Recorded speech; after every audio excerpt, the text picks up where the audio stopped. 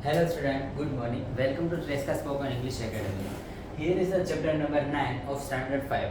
So chapter number 9 માં આપણે s અને es ક્યારે લાગે છે, ies ક્યારે લાગે છે, મતલબ કે એક વચનથી લઈને બહુવચન સિંગ્યુલર નું પ્લુરલ કરવાનું છે, તો એના નિયમ આજે આપણે ભણવાના છે.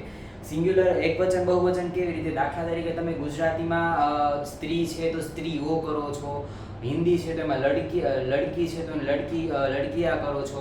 એવી જ રીતે અંગ્રેજીમાં એક વસ્તુનું બહુવચન બીજી વસ્તુમાં કરવાનું છે. જેમ ગુજરાતી અને હિન્દીમાં ભાષામાં નિયમ હોય છે, એમ અંગ્રેજી ભાષામાં પણ એક વચનનું બહુવચન કરવામાં ઘણા બધા નિયમો હોય છે. તો અહીંયા આપણને અમુક નિયમો આપેલા છે.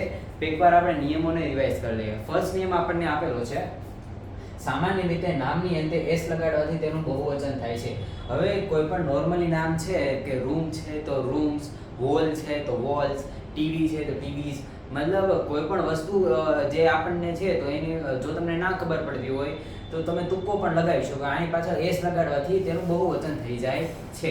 પણ અમુક વસ્તુઓ એવી છે કે અમુક સ્પેલિંગો એવા છે કે જેની પાછળ તમારે એસ નથી લાગતું, એની પાછળ ઈએસ લાગે છે. ક્યારેક તેની પાછળ અમુક શબ્દો નીકળી જાય છે અને બીજા શબ્દો ઉમેરાય છે. તો એવી જ રીતે અહીંયા બધા નિયમો આપેલા છે, એક એ આપણે જોઈ લઈએ. ફર્સ્ટ નિયમ એ છે કે એસ લગાડવાનો છે. કોઈ પણ વસ્તુની પાછળ એસ લગાડવાથી તેનું બહુવચન થાય છે. લાઈક બેટ છે તો બેટની પાછળ ખાલી એસ લાગી ગયો છે તો બેટનું બેટ્સ. ટેબલ આપેલું છે તો ટેબલ એટલે એક ટેબલ, ટેબલ્સ પાછળ એસ લાગ્યો એટલે ટેબલ્સ.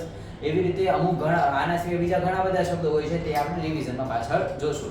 પછી આપણને આપેલું છે કે નામની અંતે જો કોઈ પણ સ્પેલિંગ તમને આપેલો છે, ઈ સ્પેલિંગના છેલ્લે એસ એટલે કે સ્મિથનો એસ, પછી ડબલ એસ, પછી CH, X કે O, આ ચાર 5 અને 6 આ 6 વસ્તુ જ્યારે આવે કોઈ પણ સ્પેલિંગમાં છેલ્લે કોઈ પણ સ્પેલિંગ હોય, શરૂઆત ગમે ત્યાં તો એ આપણે જોવાનું, પણ આપણે અંત જોવાનું છે. અંત આ 6 માંથી કાંઈ પણ વસ્તુ હોય એટલે તમારે વિચાર્યા વગર ખાલી ને ખાલી es મૂકી દેવાનું છે. એક્ઝામ્પલ આપણને આપેલા છે તો જોઈ લઈએ. બસ છે તો બસમાં પાછળ s એટલે બસનું થઈ ગયું બસીસ, es લાગ્યું છે. પછી આપણે જો ક્લાસીસ, તેમાં આપણને ડબલ એસ આપેલા છે, ડબલ એસ એટલે es મૂકી દેવાનું. ફીસ છે તો પાછળ sh આપેલું છે તો es પાછું મૂકી દેવાનું. વોચ છે તો એમાં ch આપેલું છે, ch આપેલું છે એટલે પાછું es મૂકી દેવાનું. x અને o, બોક્સમાં x, મેંગોમાં o, તો આ બંનેમાં x અને o. મેં જેમ કીધું એમ જ્યારે પણ કોઈ પણ શબ્દના અંતે આ 6 માંથી આવે એટલે તમારે આંખ બંધ કરીને es મૂકી દેવાનું છે. પછી નેક્સ્ટ નિયમ શું આપણને આપેલો છે, નામની અંતે y હોય અને y ની પહેલા વ્યંજન હોય. કોઈ પણ નામ આપણને તમને કોઈ પણ સ્પેલિંગ આપેલો છે, એમાં છેલ્લો અક્ષર y છે. માની લો કે 5 અક્ષરનો સ્પેલિંગ છે, પાંચમો અક્ષર છેલ્લો જે છે એ y છે, એની આગળનો શબ્દ વ્યંજન અને તેની પહેલા વ્યંજન હોય એટલે કે વ્યંજન પ્લસ y થઈ ગયું હોય તો y ને દૂર કરી નાખવાનું છે, y ને નાખી દેવાનું છે તમારે ઉચકીને ડસ્ટબિનમાં, અને ies લગાડવાથી બહુવચન થાય છે. તમારા ખીચામાંથી તમારે ies કાઢીને ત્યાં મૂકી દેવાનું છે. y આપણા કાંઈ કામનો નહોતું એટલે આપણે એને ડસ્ટબિનમાં નાખી દીધો. ies આપણે પ્રોફિટ આવે છે એટલે આપણે ત્યાં ies મૂક્યું છે. એવી જ રીતે અહીંયા આપણને અમુક વર્ડ્સ આપેલા છે, એ આપણે રિવાઇઝ કરીએ. બેબી આપેલું છે, માનો ચાર અક્ષરનો છે, બેબીમાં પાછળ y જે તમને આપેલો છે એ y છે અને એની આગળનો એક્ઝેક્ટ આગળનો શબ્દ b આપેલો છે, એ વ્યંજન છે. અંગ્રેજીમાં a e i o u આ ચાર શબ્દ જે છે એ સ્વર છે. આની સિવાયના a to z માં જેટલા પણ શબ્દો આવે છે એ વ્યંજન ગણવામાં આવે છે. તો a e i o u સિવાયનો કોઈ પણ શબ્દ તમને અક્ષર આપેલો હોય અને ઈ અક્ષર પ્લસ છેલ્લે y હોય તો y ને તમારે છેકો મારીને મતલબ ડસ્ટબિનમાં નાખી દેવાનો છે અને એની જગ્યાએ તમારે ies મૂકી દેવાનું છે. બાજુમાં બીજો શબ્દ આપેલો છે સ્ટોરી, story r જે તમને આપેલો છે એ વ્યંજન છે, y છે તો વ્યંજન પ્લસ y થઈ ગયું. તો અહીંયા શું કરવાનું છે, y છે એને છેકો મારીને પાછળ તમારે ies ઉમેરી દેવાનું છે. પછીનો નિયમ શું કહે છે કે નામની અંતે y હોય અને તેની પહેલા સ્વર હોય. હવે નામની આગળ વ્યંજન હોય તો આપણે ગણી લીધું, પણ તમને વિચાર આવે કે સ્વર હોય ત્યારે શું કરવાનું, તો એના માટે અહીંયા નિયમ આપેલો છે કે y હોય અને y ની પહેલા તમને સ્વર આપેલો હોય તો y ની પહેલા સ્વર હોય ત્યારે અંતે ખાલી s લગાડવાનું છે. પહેલો નિયમ હતો એના જેવો જ છે સેમ. જ્યારે છેલ્લે y હોય આગળ વ્યંજન હોય તો જ તમારે ખાલી ચેન્જ કરવાનો છે, નિયમ લગાડવાનો છે ies વાળો. પણ જો આગળ તમને સ્વર આપેલો છે તો સાદા નિયમની જેમ ખાલી તમારે s લગાડી દેવાનો છે. a e i o u આપેલું હોય પ્લસ y, એક્ઝામ્પલ તરીકે t o y છે તો o જે છે એ તમને સ્વર આપેલો છે a e i o u, o આવ્યો છે તો o આવ્યો છે, t o y પાછળ ખાલી s, આમાં કાંઈ કાઢવાનું છે નહીં. પછી આપણને કી આપેલું છે તો કે ઈ વાય, ઈ જે છે ઈ તમારે સ્વર છે અને ફાઈ છે ઈ વાય છે, તો સ્વર પ્લસ વાય થયું એટલે ખાલી ને ખાલી એસ, બીજું કાંઈ ચેન્જ કરવાનું નથી. લાસ્ટ નિયમ આપણને શું આપેલું છે કે નામની અંતે એફ કે એફઈ, કોઈ પણ નામ તમને આપેલું છે, કોઈ પણ સ્પેલિંગ તમને આપેલો છે, સ્પેલિંગમાં છેલ્લે એફ આવતો હોય, એફ ફોર ફિશ, અને પાછળ કાં તો એફઈ આવતો હોય, આ બે જ્યારે આવતા હોય ત્યારે એફ કે એફઈ ને કાઢી નાખવાનું છે અને ફરીથી વાયની જેમ ડસ્ટબિનમાં નાખી દેવાનું છે, અને એની બદલે આપણે ત્યાં આઈએસ મૂકતા અહીંયા આપણે વીએસ મૂકવાનું છે. તો એફ કે એફઈ ને ડસ્ટબિનમાં નાખી દેવાનું અને પાછળ વીએસ તમારે ખીચામાંથી કાઢીને મૂકવાનું છે. લગાડવાથી બહુવચન થાય છે. એક્ઝામ્પલ તરીકે વાઇફ તમને આપેલું છે તો વાઇફમાં પાછળ એફ ઈ બે આપેલા છે, એવું નથી જોવાનું પાછળ તમને ઈ આપેલો છે. તમારે આગળનો શબ્દ ઘણીવાર કન્સિડર કરવાનો રહેશે. વાઇફમાં એફઈ આપેલું છે તો એફઈ છે તો એને છેકો મારી દેવાનો છે અને એની જગ્યાએ તમારે વીએસ કાઢીને મૂકી દેવાનું છે, એટલે વી ડબલ્યુ આઈ પછી એફઈ નીકળી ગયો એટલે વીઈએસ. પછી આપણને કેફ આપેલું છે એમાં પણ એવી રીતે કરવાનું છે.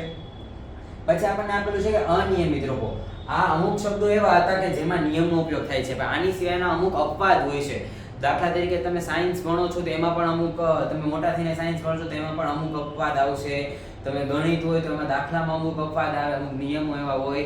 પછી આપણા સમાજમાં કે પછી આપણા રૂટીન લાઈફમાં પણ ઘણી વસ્તુ એવી હોય જે આપણને ન ગમતી, કે અપવાદ રૂપ હોય કે ઓપ્શનલ હોય. એવી રીતે અહીંયા અમુક વસ્તુ જે આપણને આપેલું છે એમાં પણ નિયમનો લાગતો નથી, એમાં અમુક શબ્દો ફિક્સ કરેલા છે એ જ લાગે છે. એક્ઝામ્પલ લાઈક ચાઇલ્ડ છે તો એનું ચિલ્ડ્રન થયું. ચાઇલ્ડ એટલે એક છોકરું, ચિલ્ડ્રન એટલે કે બહુ બધા છોકરાઓ. ટૂથ એટલે કે આપણો એક જ દાંત, પણ જ્યારે એક કરતા વધારે દાંત તો 32 દાંતની વાત થતી હોય ત્યારે ટીથ લાગે છે. માઉસ, માઉસ એટલે કે ઉંદરડો, જ્યારે એક ઉંદરડાની વાત થતી હોય ત્યારે માઉસ કહેવાય છે, અને બહુ બધા ઉંદરડાની વાત થતી હોય ત્યારે માઇસ. પછી આપણને આપેલું છે શીપ અને શીપ. હવે જો અહીંયા શીપમાં કાંઈ પણ ચેન્જ થતો નથી, આ અનિયમિત પાછું રૂપ છે કે શીપ છે તો એનું બહુવચન પણ શીપ જ થાય છે, એમાં કાંઈ ચેન્જ થતો નથી. પછી ડિયર એટલે કે હરણ. હરણ છે તો એક હરણ હોય તો પણ આપણે હરણ જ કહેવાય છે, બહુ બધા હરણ હોય તો પણ હરણ જ કહેવાય છે. હવે નેક્સ્ટ પેજ. હવે જો અહીંયા તમને સિંગ્યુલરમાંથી પ્લુરલ બનાવવાના છે.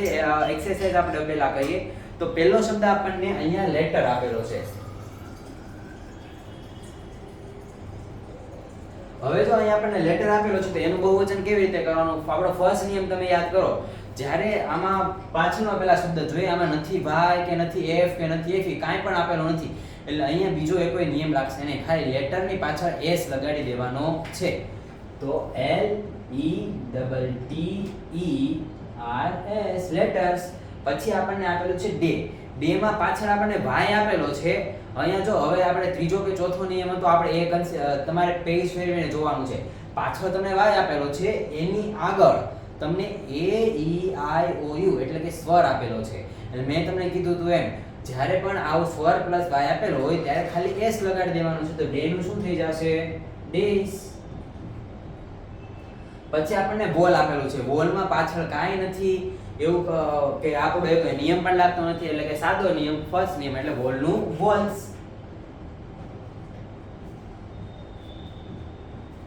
પછી આપણને બેગ આપેલું છે. બેગ એટલે થેલો, અને બહુ બધા બેગ હોય તો આપણે શું કહી શકીએ? તો બેગ્સ. પછી આપણને પેન આપેલું છે તો પેનમાં પણ કોઈ નિયમ નથી લાગતો, એટલે પેનનું થશે પેન્સ. પછી આપણને બોર્ડ આપેલું છે. બોર્ડ એક બોર્ડ હોય તો બોર્ડ, બહુ બધા હોય તો બોર્ડ્સ. પછી આપણને મેંગો આપેલું છે. હવે જો અહીંયા પાછો નિયમ લાગે છે, જ્યારે પણ કોઈ પણ અક્ષર નામની અંતે છેલ્લે 0 લાગે છે, સોરી 0 શું ઓ લાગે, AEIOU માંથી સ્વર લાગે છે ત્યારે ES લગાડવામાં આવે છે. અહીંયા ઓ છે એટલે અહીંયા MANGOES લગાડવાનું છે. પછી બોક્સ આપેલું છે તો મેં તમને નિયમમાં કીધું તો એમ, જ્યારે કોઈ પણ શબ્દની અંતે S, SS, CH, X કે O આવે ત્યારે પણ ES લગાડવાનું છે, એટલે BOX ES ખાલી જોઈન્ટ કરી દેવાનું છે. પછી અહીંયા ડીશ એટલે SSS SH આવ્યો તો SH આવ્યો તો આપણે શું કરવાનું? DISH ES જોઈન્ટ કરવાનું છે. આ સાઈડ શું આપેલું છે? તો બેન્ચ. બેન્ચમાં પાછળ શું છે? તો CH આવે ત્યારે શું કરવાનું? ES લગાડવાનું.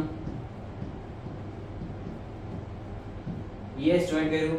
બસમાં પાછળ S આપેલો છે.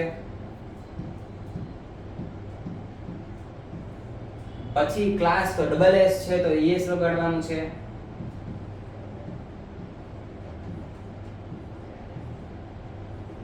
પછી આપણને સિટી આપેલો છે. જો હવે અહીંયા પાછો નિયમ લાગશે, છેલ્લે વાય આપેલો છે.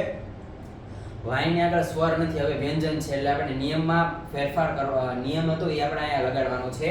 તો વાય જે છે એને આપણે સ્પેલિંગમાં CIT લખીએ. વાય જે છે એને આપણે નાખી દીધો ડસ્ટબિનમાં. હવે એને આપણે ખીચામાંથી કાઢીને શું મૂકવાનું છે તો કે IES. પછી આપણને લેડી આપેલું છે, લેડીમાં પાછળ ફરીથી વાય છે તો LAD લખીએ. વાય ને આપણે નાખી દીધો ડસ્ટબિનમાં, એની જગ્યાએ ખીચામાંથી કાઢીને IES. પછી GUY, હવે યુ જે છે ને ઈ સ્વર AEIOU, યુ સ્વર છે, સ્વર પ્લસ વાય આવો એટલે GUYS.